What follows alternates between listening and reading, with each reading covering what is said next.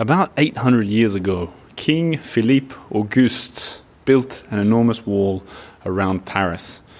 As I've said on the show a couple times before, 3 things can happen to ancient city walls like this one.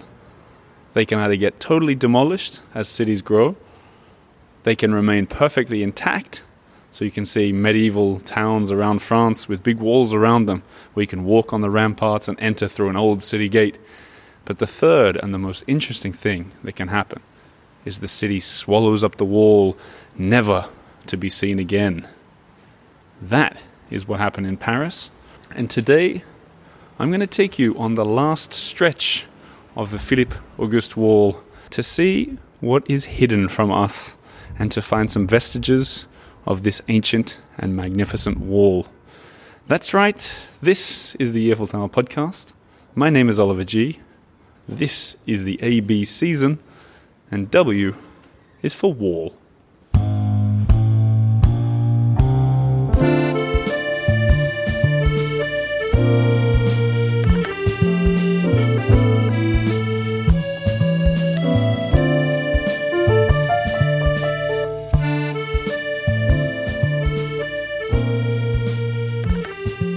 That was some original music from Press Maxon, written about the wall. Actually, I'll talk more about that in a second, but this is going to be an on-the-go episode, and I'm going to try and take you on a journey behind the scenes, behind the closed doors, to show you some fascinating vestiges of the wall that we've never talked about before, specifically what would be the southwest corner of it. In fact, where I'm standing now, where I recorded that intro, is somewhere I've never stood before. I'm inside the Institute, the National Institute of France, the Institut National de France, and I'm standing at the top of the steps of the Mazarin Library, the Bibliothèque Mazarin, where, I've got to say, it's an absolutely beautiful courtyard that looks extremely closed to the public.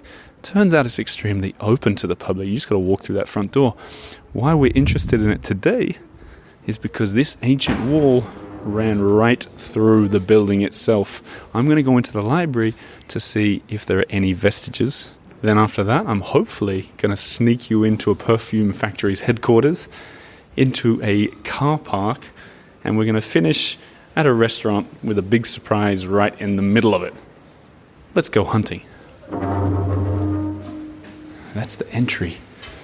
This is like the Louvre, beautiful sculptures all over the place. And a perfectly worn stone staircase spiraling upwards. Now, given this is a library, we're going to have to be quiet, but I'll take a bunch of pictures to share what I'm looking at.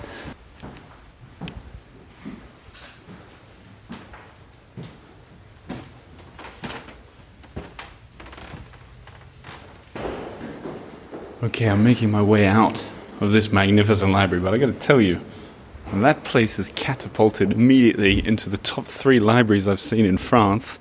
Totally worth looking at. Full of people studying, so I can't do a podcast session in there, but really beautiful, ancient feeling.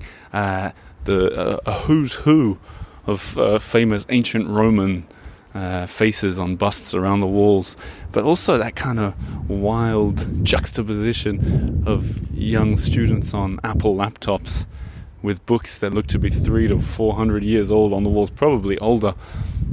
What a contrast. I love it. So in case you're wondering, if you're playing at home, the other good libraries to see, the one in the Hôtel de Ville, and of course the one at Richelieu, the Salle Ovale, which I talked about on the episode R is for Richelieu. Now, as for me, that was the first part of my exploration, trying to find the wall in places I don't know about. The rest I've researched, so I'm going to walk down a side street now and take you to an unexpected tower.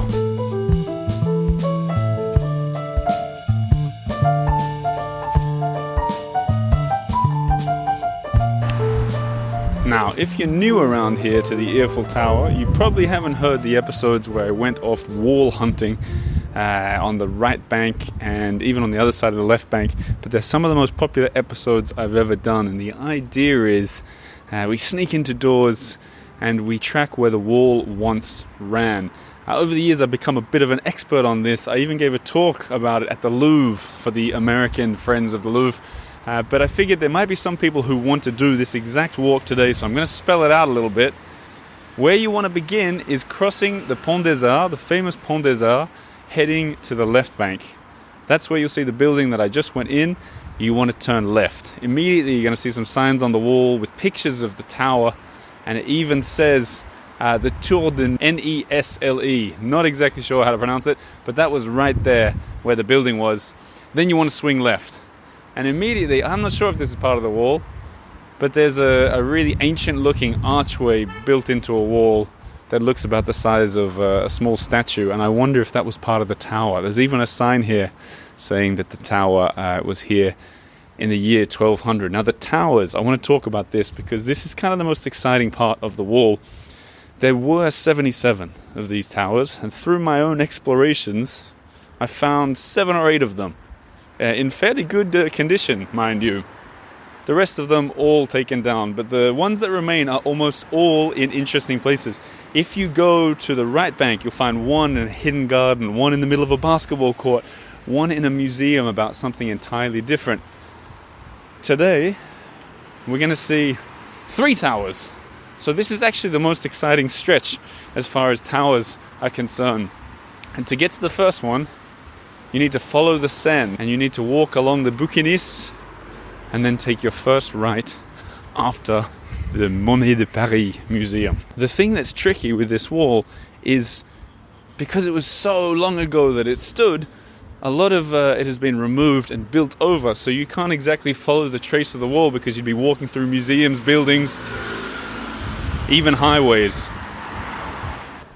And highways we're not very interested in. I'm turning the road now. I'm turning into the road that you want to follow now. Rue... Gosh, that is impossible. Guinigo. Impossible to pronounce. Easy to find. Guenegaud. And in the very distance, I can see the spire of the Notre Dame, which was only put up a couple days ago after the fire of 2019 saw it fall. So what you want to do now, you want to follow this quiet, unassuming street with an unusual collection of shops. There's an escape room to my left, galleries with art like African masks, that kind of thing. And you want to head for number 29. Number 29, it doesn't even have a number. It's between number 27 and 29. So I guess it's 27 and a half.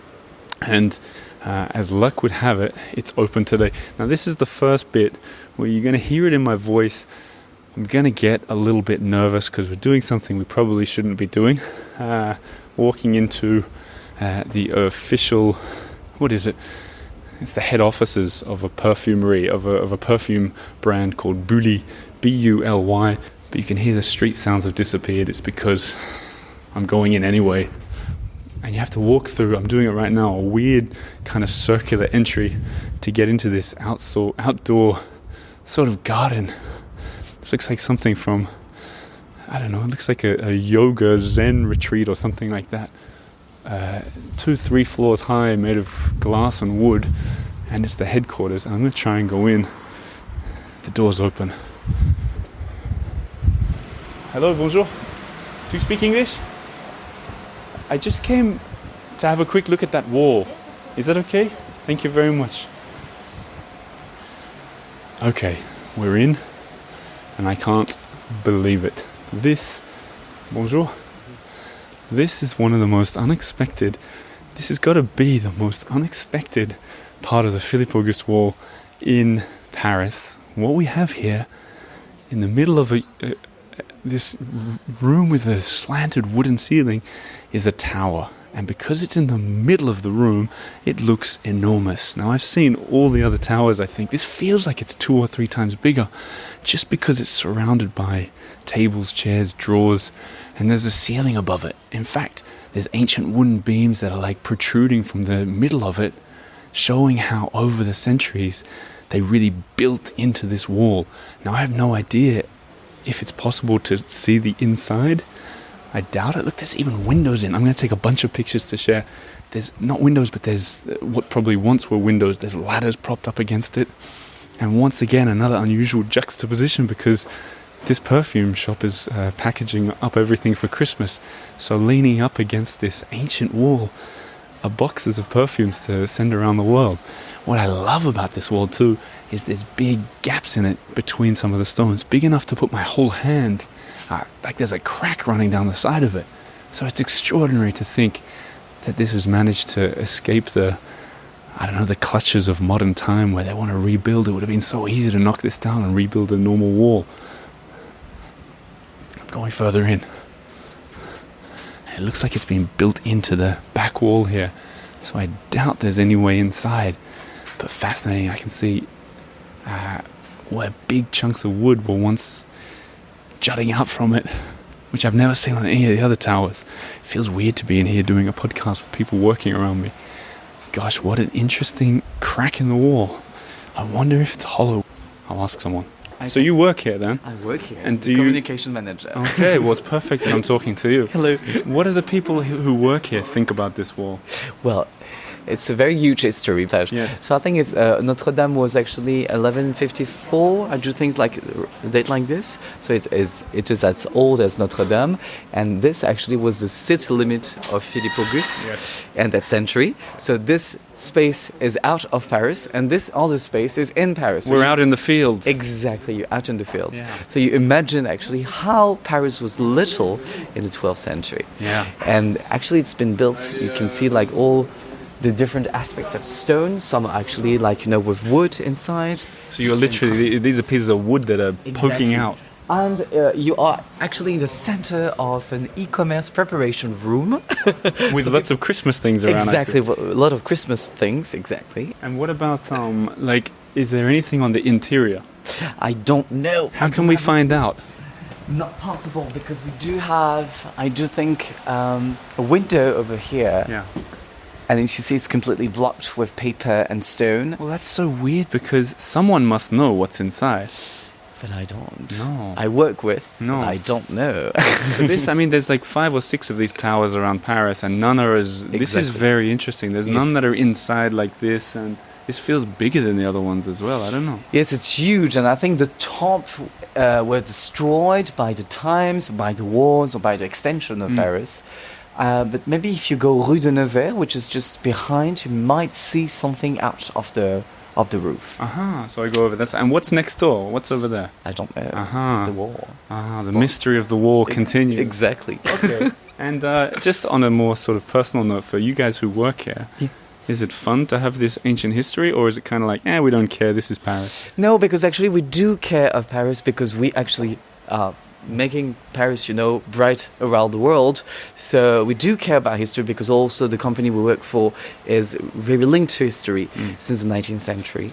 So of course, the first time we saw this, we were like, oh, what's this? And we just understood that this was on the 12th century. Right. Et quand c'est du 12e siècle, on se dit, mais de travailler toute la journée avec ça, I love it. Et c'est ça. Mais en plus, on a beaucoup de gens qui viennent nous rencontrer. Well, that was my other question. You have public people coming in like me. Does that bother you? Oui, bien sûr, ça arrive. But do you like it, or is it a problem? No, it's fine. It depends, because sometimes we are in the complete middle of the meeting. It's not very practical, but at certain times they come, and it's very enjoyable to have a chit-chat with them and have this connection with history. Of course, the door is open.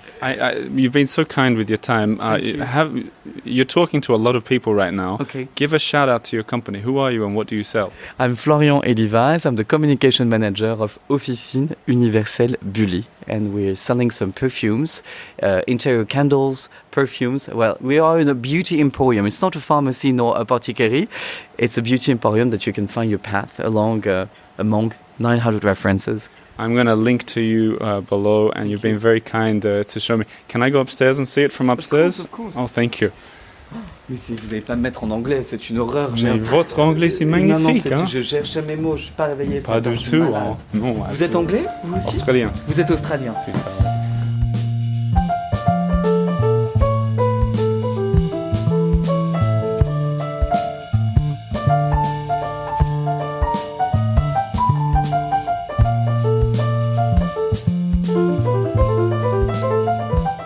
I'm standing in a courtyard, one floor up, a sort of huge garden courtyard that I had no idea was here.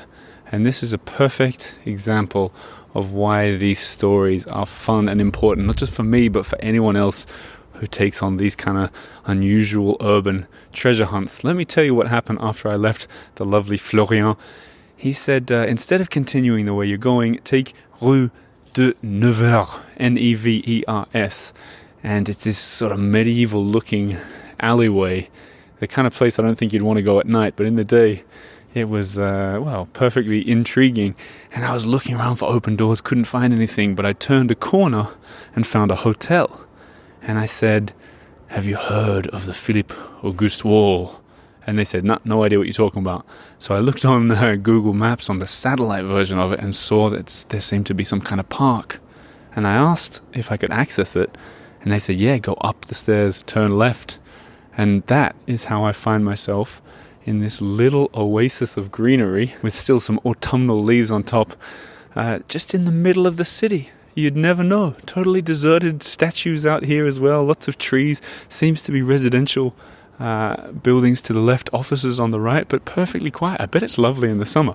And the point of this whole thing is, as you seek one treasure, you find more of the city that you love. So even at the beginning of this walk, I found one of the Arago markers by the Pont des Arts, and not far away I found a marking for the floods of the Seine River in 1910, a marking I'd never noticed before.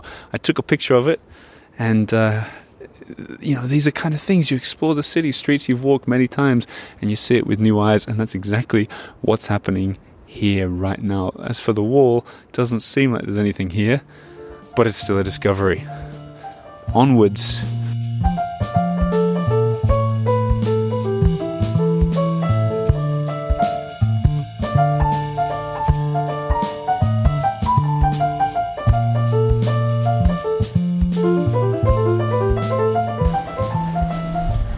Now I find myself on Rue Mazarin, doing a good old-fashioned Eiffel Tower stakeout.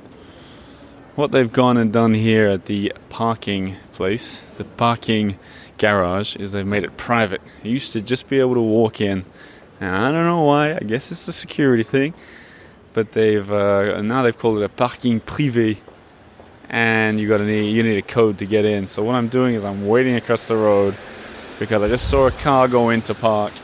I'm gonna wait for the driver to exit. I'm going to slip in behind them, and there's all these signs saying it's under video surveillance. I've already been hanging out the front long enough, but I happen to have been down here before, and it is one of the most astonishing vestiges of Parisian history, not just of the wall, just in general of Parisian history. Spoiler alert, one of the main walls down there is entirely the Philippe Auguste Wall with a tower. Wouldn't be surprised if I freak out a little bit. This could be the first time we've had a security escort the podcast host out of a building during an Eiffel Tower episode. Let's get this stakeout done and see what we can find. And now we wait. I realize, of course, I could just press the button and say I've lost the ticket for my car, but I don't want to be dishonest. Sneaky, yes. Dishonest, no. If you ever want to do this same ridiculous venture as I'm doing, the entry to the car park is next to Passage Dauphine, which is a beautiful old cobbled courtyard that you can walk one end to the other. Worth checking out too. I realize now a stakeout is the perfect time to get some behind the scenes going on. So the music you've been hearing throughout this episode is from our musician Press Maxim, who says when Oliver and I started working on the music for the Earful, I wrote and recorded a bank of original tunes that we could keep for a rainy day. Incidentally, today is a rainy day. For inspiration on those songs, I turned to Oliver himself. I wrote tunes as little odes to earful objects, ideas and themes, including the red scooter, Grace the giraffe, and of course the Philippe Auguste Wall.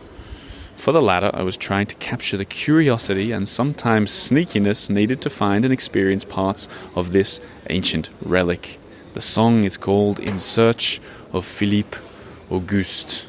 Enjoy. Nailed it again, press. Now's also a good time to talk a little bit about the history. Philippe Auguste, he was the first king of France, and he really made this country way bigger. But because he was out there crusading, he had to protect the city. That's why he started building this wall originally on the right bank from 1190. And then a good 20 years later, he started building on the left bank. The reason for that is if there was to be an attack, he assumed it would have come from the north, from the English who were in the north of France, much more likely than coming from the south. Also, this wall was huge. I mean, enormous. Like, people came to see it. The city itself was small compared to how much land was inside the wall. He included fields and orchards, and the idea was if there was a siege, Parisians could survive. Obviously, the city ended up growing an awful lot, and walls in later years were built, vestiges of which are also possible to find. But for some reason, it's this one, the Philippe Auguste Wall, that speaks to me. And now speaks to you, as our stakeout continues. And the door's opening. Oh my god. I almost missed it. And I'm in. I'm following someone down. Down we go.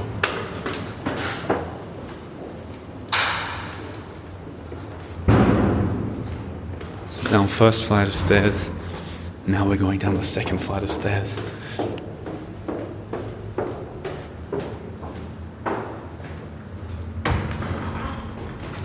Two floors down some more stairs. And open into a huge car park where I'm greeted by the Philippe Auguste Wall. Now, this is amazing. I headed to the right after I came down, and I assume at some point this was like a bit of a tourist site because they've lit up the wall with lights from underneath and put it behind some glass, like it's a museum display. And as you walk along further to the right, you can see a tower. And I'm craning my neck down so I can look up. It's a tower in pretty pristine condition.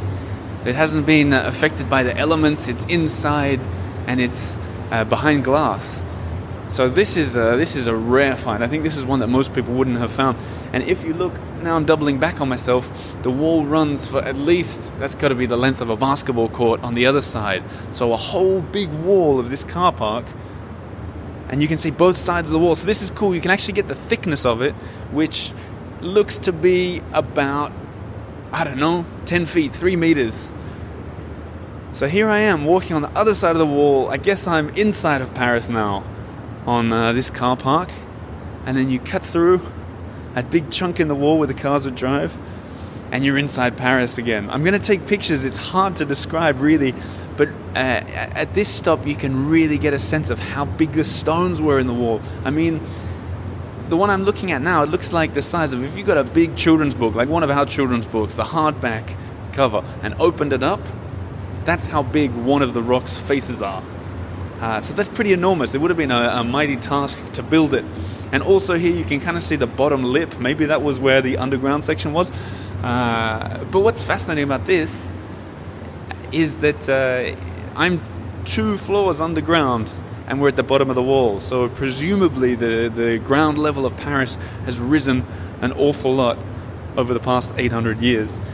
Now I'm curious. I'm going to go up to the first floor to see if I can see more of that tower. And then we cross our fingers that I can get out. If not, there's so many signs around for security cameras that I suspect they know I'm here.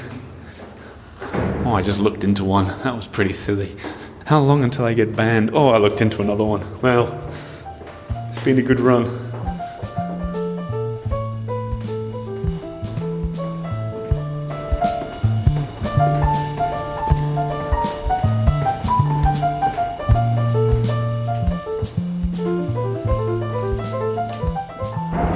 Okay, now I'm on the first floor.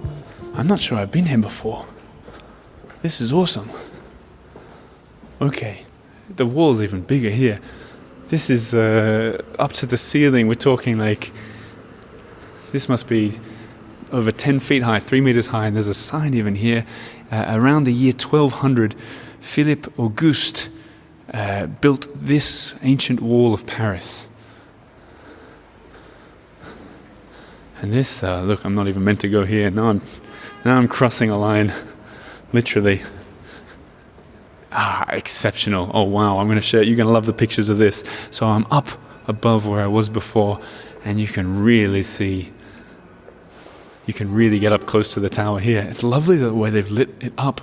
But on a scarier note, there's only... I've cars beeping in the distance. I've crossed over a little threshold here, and there's only one light, and it's flickering wildly, and it feels like some kind of action movie scene here. Feels like something's about to go down. I'll take some pictures and I'm going to get out of here. But this wall in incredible condition. But it feels like the stones here are even bigger. What an exceptional discovery, and wow, totally filthy. Absolutely filthy on this part. Dust, very thick, a centimeter of dust. And all I can think of is that it's a shame that this is closed to the public, because it's so fascinating. So fascinating. And just never to be appreciated, except by listeners of the Eiffel Tower.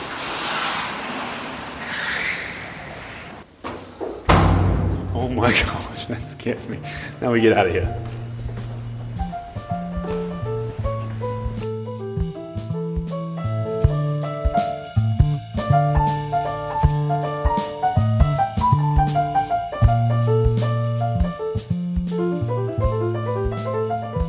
What an unusual way to spend a morning. Sometimes I wonder, what is this job that I've created?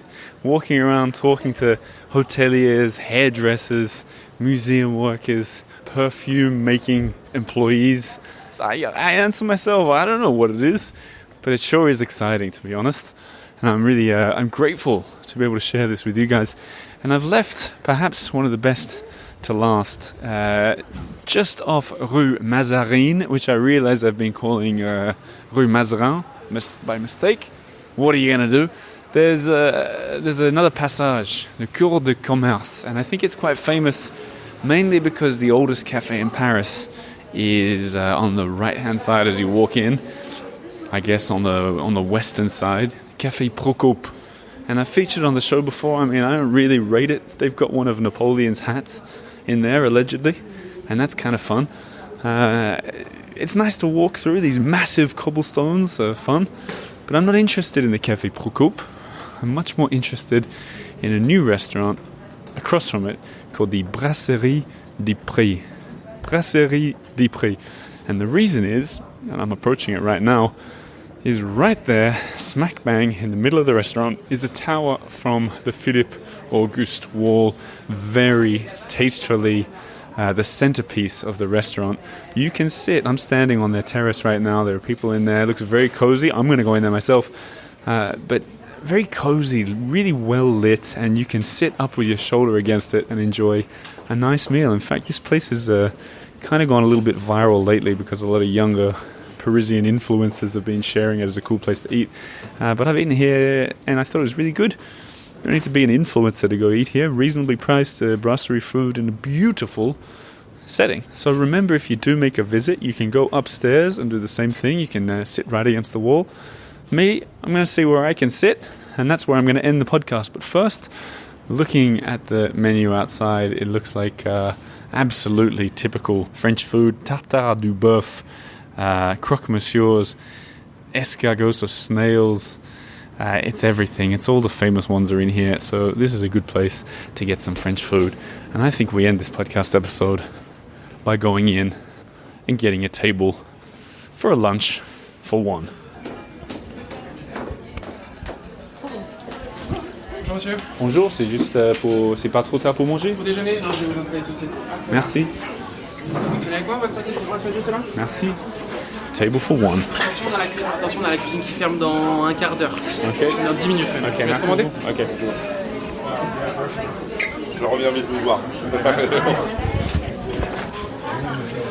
And just like that, I think it's time to turn the recorder off after a long walk, sitting a small stone's throw away from this magnificent wall, which is made for a spectacular treasure hunt. On a final note on this wall, I think maybe about 100 of you listeners out there have heard that I've got a special plan revolving around this wall. I've told everyone who's been on a Marais tour of Paris with me, which I do every Monday morning. For the rest of you, though, I'm going to have to keep it a secret until I've ironed out a few more knots. But there's something exciting on the horizon with the ever-intriguing background of the Philippe Auguste Wall. I'll be back again next week. My name is Oliver G. This is the Eiffel Tower, and a huge thanks to the Patreon supporters who make this possible. Patreon.com/the Eiffel Tower. There'll be loads of bonuses for you, including the new Guide to Paris, the PDF Guide to Paris, which I published this week, free for all Patreon members. Merci beaucoup, everybody, and au revoir.